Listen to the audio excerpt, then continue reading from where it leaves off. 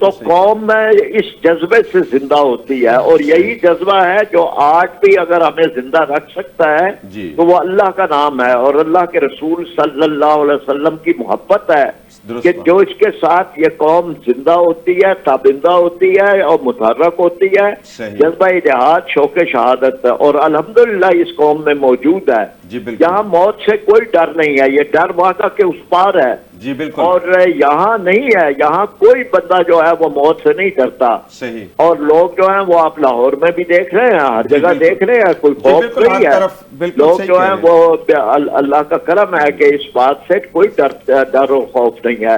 لوگ متحد ہیں، قوم فوج کے ساتھ ہے اور فوج قوم کے ساتھ ہے، اور یہی جذبہ ہے۔ انشاءاللہ تعالیٰ اللہ تعالیٰ کامیابی اور کامرانی عطا کرے گا۔ بالکل ہم کامیاب ہو جائیں گے، آپ کی بات بالکل ٹھیک ہے۔ میاں صاحب کیا دیکھتے ہیں اس وقت جذبہ ایمانی اپنے عروج پہ ہے، عوام چارج ہے اور اپنے دشمن کی آنکھوں میں آنکھیں ڈال کے کھڑی ہے، افواج پاکستان کی تیاری آپ کیسے دیکھتے ہیں؟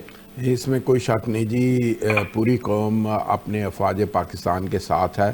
اس بہادر فوج نے بڑی پروفیشنل فوج ہے اور اس میں بڑا نظم و ضبط ہے، اور یہ دیکھیں نا پوری دنیا میں انہوں نے اپنا سکہ جو ہے نا منوایا ہے، اور ہر دفعہ جب باہر کے ممالک میں ٹریننگ ہوتی ہے تو وہ پاکستانی افواج سے بڑی انسپریشن ان کو حاصل ہوتی ہے، اور یہ ایک پروفیشنلزم میں بڑا ہوتا ہے۔ اور یہ دیکھیں نا اس کے برعکس آپ ہندوستان کو دیکھتے ہیں، وہ ان کی گنز کو زنگ لگایا ہوا ہے، ان کے پرانے ماڈل کی گنز ہیں، ان کے پاس ٹینک بھی ہے اس پہ، جبکہ اس کے برعکس آپ دیکھتے ہیں کہ آپ کی ہر ایک چیز جو ہے انتہائی نفیس طریقے کے ساتھ اس کو جو رکھا جائے، پریزنٹیشن بھی بڑی زبردست ہے، اور یہ اس کے قوم ہے بھارت، ہاں جی، اور پریزنٹیشن جو ہے وہ بڑی زبردست ہے افواج پاکستان کی، کہ کسی دشمن کے اوپر بھی داغ ڈالنے کے لیے۔ اور پھر یہ دیکھیں نا جس طرح سے یہ لڑتی ہے نا، جو جذبہ ایمانی ہے اس میں،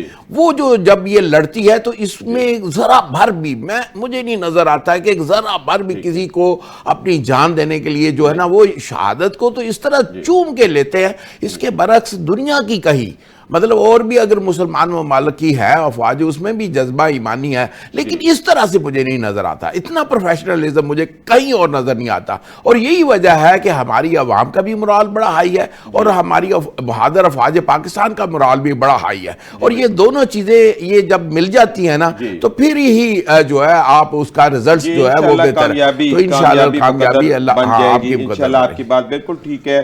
بریگیڈیئر صاحب، یہ چونکہ اب روایتی جنگوں کا دور نہیں ہے، غیر روایتی جنگوں کا دور ہے، تو آپ پاکستانی افواج کو ٹیکنالوجی کے اعتبار سے لیس دیکھتے ہیں؟ آپ کیا سمجھتے ہیں کہ واقعی ہماری جو افواج ہے وہ جدید ترین اسلحے سے لیس ہیں اور جدید ترین ٹیکنالوجی استعمال کر رہے ہیں جو کہ بھارت کا بھرپور مقابلہ کر سکتی ہے؟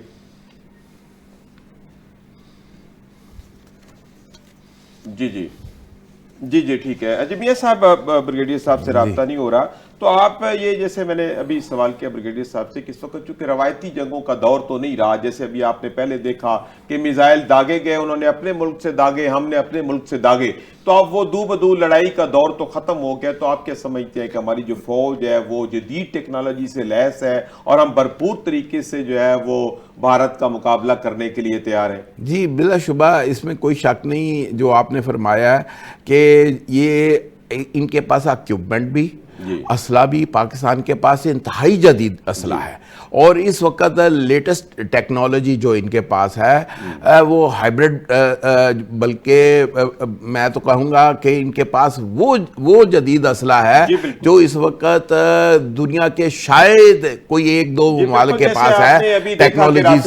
جی رافیل طیاروں کو کس طرح گرایا گیا، 80 طیاروں کا ایک پورا کریو آ رہا تھا، لیکن پاکستانی افواج، اور یہ دیکھیں یہ تو ابھی ہماری بہادر فوج نے بڑا ہی تحمل مزاجی کا مظاہرہ کیا، ادروائز یہ 20-25 روپ کے طیارے جو ہے نا گرا سکتے تھے بڑے آسانی کے ساتھ۔ ذمہ دار ملک ہے، اور یہ دیکھیں جو کرٹیسائز کیا جاتا تھا ان کے اوپر، یہ دیکھیں قوم بھوکی ہے، یہ دیکھیں جی یہ چلتی ہے ادھار مانگ کے چلتی ہے، یہ لون پہ چلتی ہے، یہ ورلڈ بینک کے پاس جاتی ہے، یہ قرضے لے رہی ہے، یہ ہے مطلب یہ جو اس کے اوپر جتنی جو ہے ہندوستان کرٹیسائز کر سکتا تھا تو لیکن آج ثابت کر دیا کہ جہاز ہے، وہ کہتے تھے سوئی بنانے والے، بھئی ہم نے سوئی کیا بنانی، ہم نے تو جہاز پورے بنا رہے ہیں، اسلحہ بنانے کے پورے کارخانے آپ کے پاس۔ بھارت میں کوئی جنگی طیارہ نہیں بنتا، لیکن کچھ پاکستان کے اندر JF تھنڈر 17 طیارے جو دنیا کے جدید طیارے ہیں، جس نے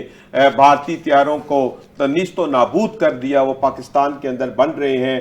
آج کہاں ہیں وہ افواج پاکستان کے اوپر تنقید کرنے والے کہ یہ دیکھیں جی ان کی جو ہے وہ ٹیکنالوجی اتنی جدید نہیں ہے، یہ پیشہ ورانہ طور پر پیچھے ہیں۔ اب دنیا ششدر ہے کہ یہ دیکھیں کہ کتنے جدید ترین طیاروں کے ذریعے دنیا کے یورپین طیاروں کو کس طرح گرا دیا گیا ہے، اور پاکستانی افواج انتہائی پروفیشنل افواج ہیں، اور انہوں نے یعنی آپ اندازہ لگائیں ٹائمنگ کا کہ ادھر سے 80 طیارے آ رہے تھے تو انہوں نے فوری طور پر ان کو روکا ہے، 5 طیارے موقع کے اوپر انہوں نے گرا دیے ہیں، موقع نہیں دیا اپنے دشمن کو حملہ کرنے کا۔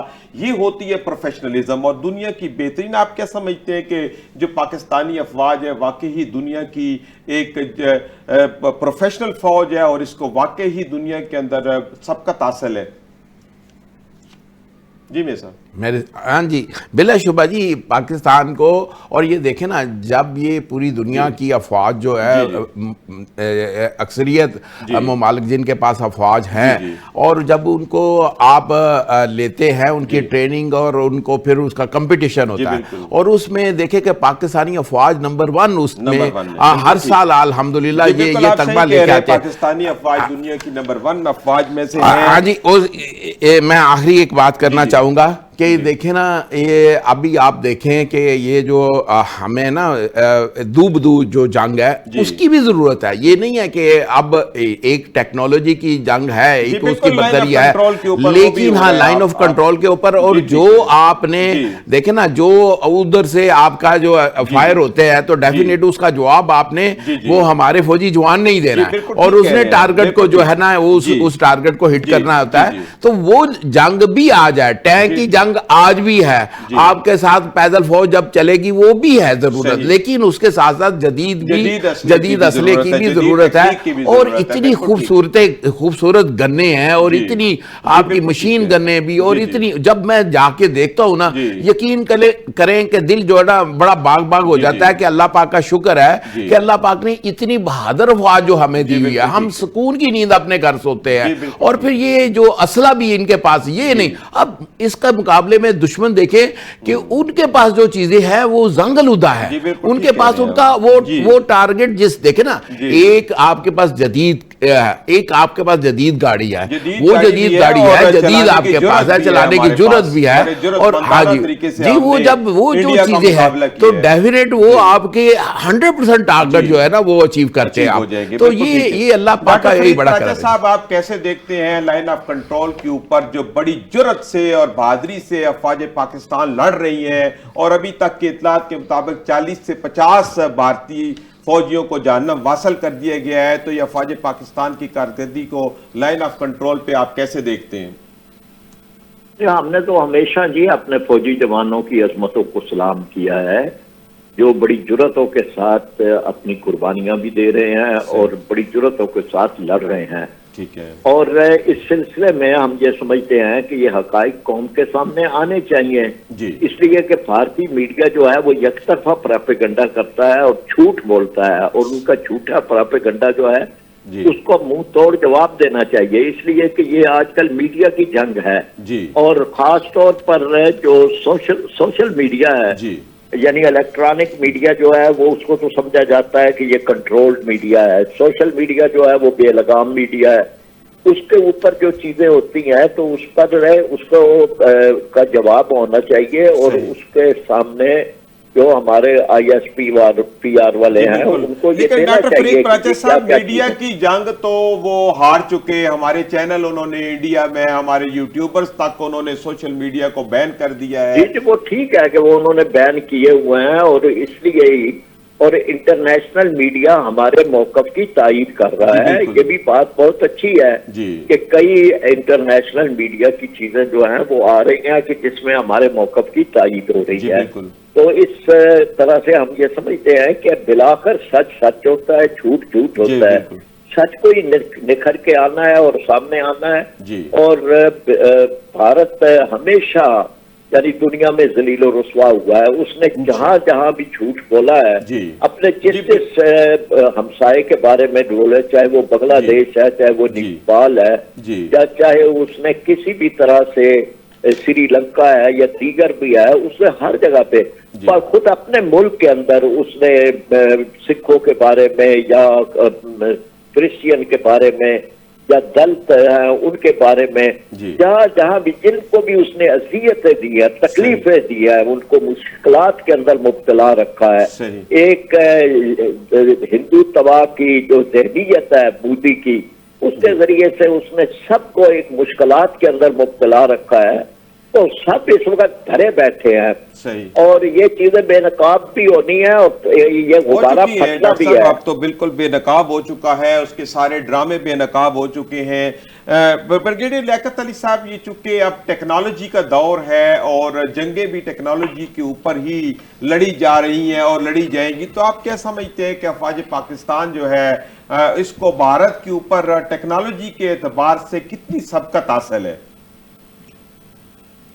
دیکھیے، یہ ہم سب کو پتا ہے کہ ہمارا فوجی بجٹ ہمیشہ بہت قلیل رہا ہے اور خاص طور پہ بھارت کے مقابلے میں تو بہت ہی کم ہے. لیکن اس قلیل بجٹ کے ساتھ پاکستان فوج نے جو ہتھیار حاصل کیے ہیں اور جو خود بنائے ہیں وہ انتہائی شاندار ہیں. اور ان ہتھیاروں کے نتیجے میں آپ نے 3 جگہوں پہ بھارتی سفید جھنڈے ہم نے ہی نہیں دیکھے، پوری دنیا نے دیکھ لیے. بالکل. تو جنگ کی حالت میں جب کسی مورچے سے سفید جھنڈا بلند ہو تو اس کا مطلب ہے کہ وہاں کے فوجیوں کی ہمت ٹوٹ چکی ہے اور وہ انسانی بنیادوں پر فریاد کر رہے ہیں کہ اب ہمیں اور مت مارو، ہم ہارتے ہیں، ہم صلح کرنا چاہتے ہیں اور ہم یہ سفید جھنڈا اوپر کر رہے ہیں. تو ان کے سفید جھنڈے پوری دنیا نے دیکھ لیے ہیں اور انشاءاللہ یہ اگر ہمارے شہروں پہ حملے کریں گے تو آپ دیکھیں گے کہ ان کے شہروں سے بھی سفید جھنڈے اوپر ہوں گے. بالکل. ان کو ہمارا وار بھی سہنا پڑے گا. یہ اپنا وار کر چکے ہیں، یہ اب ہمارے وار کو دیکھیں گے اور اس کا انتظار کر لیں. اور اگر یہ اپنی مین فورسز لے کر سامنے آئے تو اتنی ڈسٹرکشن ہوگی کہ ان کی جو ہوا بنی ہوئی ہے اس علاقے کے اندر ایز اے ریجنل پاور اور ریجنل ہیجیمون، یعنی جو دوسروں کو دبا کے رکھنا چاہتا ہے اس علاقے کا چودھری، وہ ختم ہو جائے گی. ان کو اس بات کا احساس ہونا چاہیے اور ان کو یہ سمجھ لینا چاہیے کہ ان کی دہشت گردی اب نہیں چلے گی. پہلے جو کچھ کر چکے یہ کر چکے اور یہ جو نیا انہوں نے جو طریقہ اختیار کیا ہے کہ یہ خیر نیا نہیں ہے، یہ 1990 سے کرتے آ رہے ہیں.